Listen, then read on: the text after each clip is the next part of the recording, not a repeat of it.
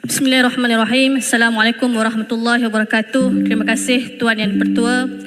Kepala Batas ingin merafak sembah tahniah di atas pemasyuran Nuli Yang Maha Mulia Sultan Ibrahim Ibni Almarhum Sultan Iskandar sebagai Yang Dipertua Agong yang ke-17 dan Raja Zaris Sofia binti Almarhum Sultan Idris Shah sebagai Raja Pemasyuran Agong ke-17. Kepala Batas turut mengucapkan jutaan terima kasih kepada Kepala Duli Yang Maha Mulia Sultan Abdullah Riayatuddin Al-Mustafa Billah Shah Ibni Almarhum Sultan Haji Ahmad Shah Al-Musta'an Billah dan Tunku Hajah Azizah Tunku Hajah Azizah Aminah Maimunah Iskandariah binti Almarhum Al-Mutawakkil ala Allah Sultan Iskandar Lahash dan mendoakan semoga Allah memberkati jasa tuanku pada rakyat jelata sepanjang tempoh pemasyuran tuanku sebagai Dipertua Agong ke-16. Kepala Batas turut mengambil kesempatan ini mengucapkan takziah ke atas keluarga pesilat Terengganu Wan Muhammad Haikal Wan Hussein yang telah meninggal dunia ketika perlawanan dalam pertandingan kejohanan Prasukma baru-baru ini.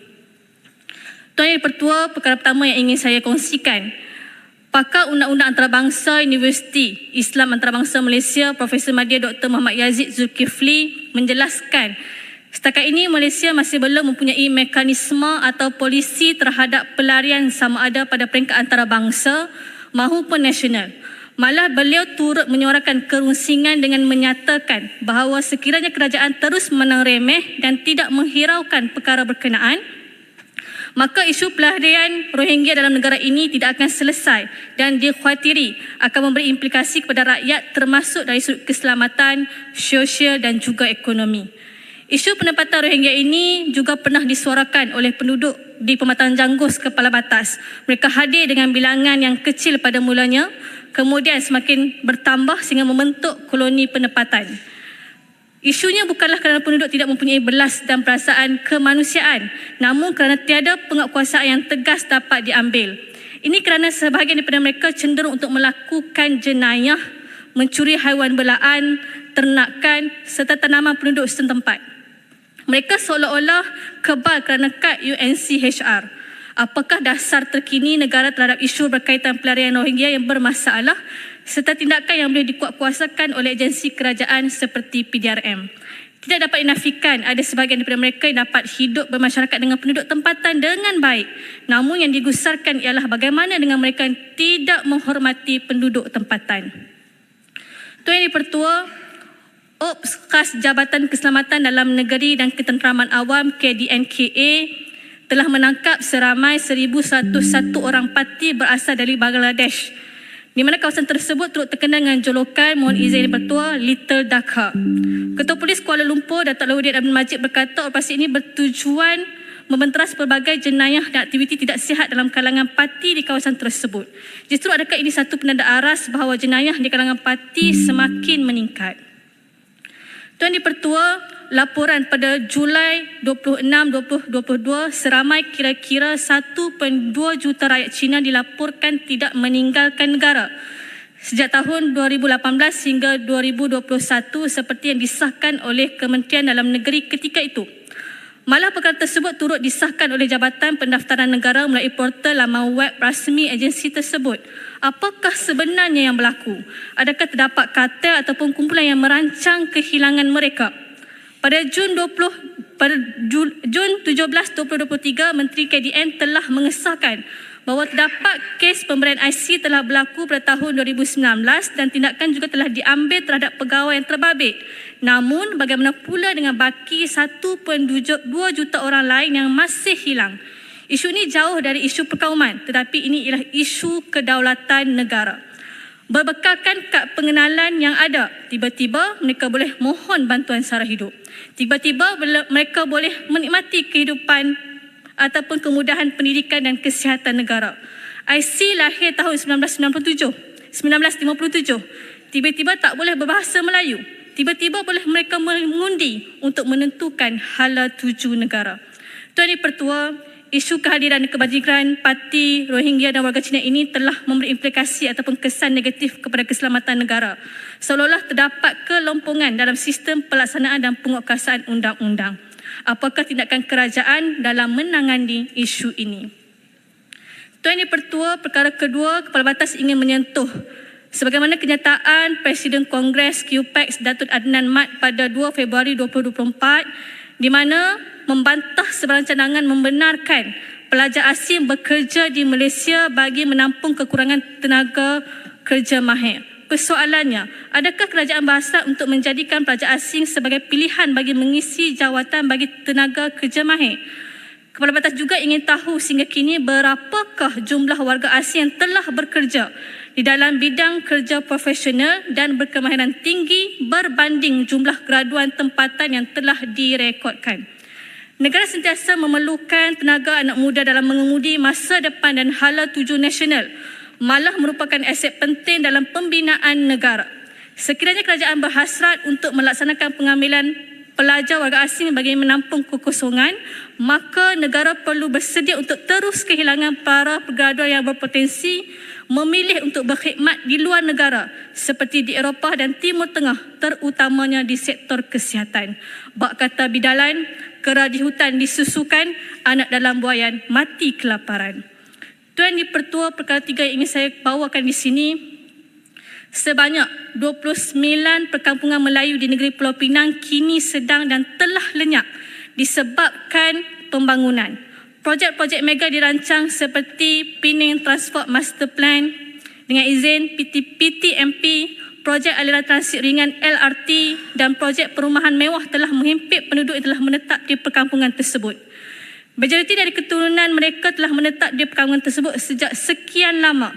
Malah ada perkampungan yang telah mempunyai binaan mencecah 100 tahun seperti Kampung Batu Uban yang pernah dicadangkan untuk dijadikan perkampungan warisan Melayu di negeri Pulau Pinang. Menurut perkongsian laman web Harapan Daily pada 14 Februari 2024, Kepala Batas melihat Kampung Batu Uban layak untuk dijadikan tapak warisan kerana memenuhi satu di antara 10 syarat yang ditetapkan, iaitu mempamerkan nilai kemanusiaan penting dalam tempoh waktu atau dalam budaya kawasan tersebut, perkembangan seni bina dan teknologi, karya yang hebat, perancangan bandar atau reka landscape. Tuan Di-Pertua, Masjid Jami' Batu Uban dan Perigi yang telah dibina oleh saudagar Nakhoda Nan Intan pada tahun 1743 kini telah mencecah lebih 300 tahun. Malah sehingga kini air periginya masih digunakan sebagai sumber air untuk kegunaan wuduk dan airnya boleh diminum kerana mempunyai kandungan mineral yang baik. Namun apakah nasib kampung ini sekarang? Apakah polisi kerajaan dalam isu-isu melibatkan perkampungan-perkampungan warisan Melayu di seluruh negara? Isu kampung-kampung di Pulau Pinang ini bukanlah baru. Terbaru ialah Kampung Sitajaya yang terletak di dalam Parlimen Wangsa Maju, wilayah Persekutuan Kuala Lumpur yang kini berdepan dengan rancangan pembinaan Kolej Universiti Tuanku Abdul Rahman. Jika kita melihat usaha murni pembangunan pendidikan ini sedang memaksa seolah-olah penduduk asalnya berpindah keluar. Tanah asal hutan di situ telah diteroka oleh para prajurit pada tahun 1970-an atas permintaan Perdana Menteri kedua, Tun Abdul Razak Husin. Apakah aspirasi almarhum negarawan ini hanya dipandang enteng oleh sebahagian pimpinan kini? Persoalannya ialah siapakah yang telah menjual tanah-tanah perkampungan ini? Bagaimana pula dengan 7 perkampungan kampung baru yang ingin disenaraikan sebagai tapak warisan UNESCO baru yang ingin disenaraikan? Sedangkan usia kampung tersebut hanya wujud setelah tanah Melayu merdeka. Jangan kerana atas nama pembangunan menang sorak kampung tergadai. Tuan Yang Pertua, perkara keempat, kerja-kerja awal penambakan laut telah memberi impak yang buruk seperti yang dijangkakan. Para nelayan, alam sekitar dan komuniti setempat telah mula merasai kesan-kesan tersebut. Terkini 7 nelayan bersama 2 wakil sahabat alam Malaysia dan Jaringan Ekologi dan Iklim telah memfailkan permohonan semakan kehakiman untuk menghentikan projek tambakan laut Pulau Pinang di Mahkamah Tinggi Pulau Pinang. Malah Ketua Unit Nelayan Sungai Batu Zakaria Ismail selaku pemohon pertama untuk mengambil tindakan tersebut bagi pihak diri sendiri serta nelayan di selatan tersebut Pulau Pinang yang didakwa terjejas teruk akibat projek terbabit. Kepala Batas sebelum ini pernah membahaskan tentang kesan buruk projek tambakan ini ke atas alam sekitar dan sosioekonomi pada nelayan pesisir pantai di negeri Pulau Pinang. Kubang Kering yang sebelum ini merupakan Menteri Alam Sekitar ketika itu turut mengambil tindakan menghentikan projek tersebut kerana mendengar rintihan para nelayan sepenuh masa yang mencari rezeki di kawasan tersebut. Suka Kepala Batas ingatkan bahawa rakyat hakim negara. Tuan Di-Pertua, perkara kelima, Ramai ahli-ahli parlimen menyebutkan berkenaan dengan kos sara hidup, harga barang yang naik dan sebagainya. Lebih dekat ingin saya bawakan di sini berkenaan dengan peningkatan harga barangan keperluan bayi. Ini berikutan majoriti barangan bayi adalah diimport dari luar negara dan ianya selalu menjadi pilihan kerana kualiti yang ditawarkan. Perbelanjaan yang tinggi akan memberi kesan kepada ibu bapa yang sedang membesarkan bayi dari umur sehari sehinggalah kepada 2 tahun. Kepala batas mengambil contoh barang-barang utama seperti susu, lampin pakai buang, bijirin, pakaian dan sebagainya. Rakyat terutamanya golongan ibu muda merupakan tunjang pembangunan negara.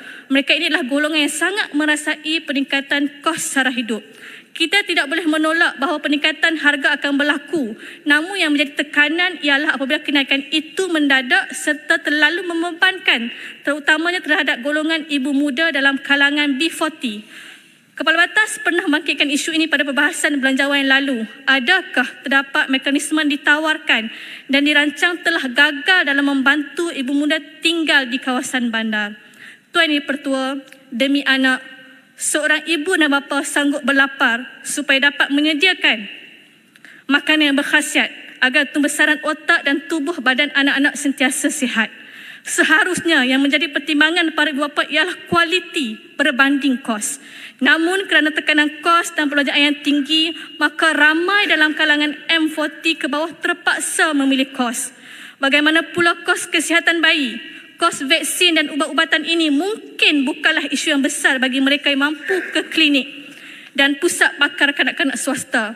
Namun bagi golongan B40, M40 pasti mengharapkan rawatan dan penjagaan kesihatan ini di klinik dan hospital kerajaan kerana kos.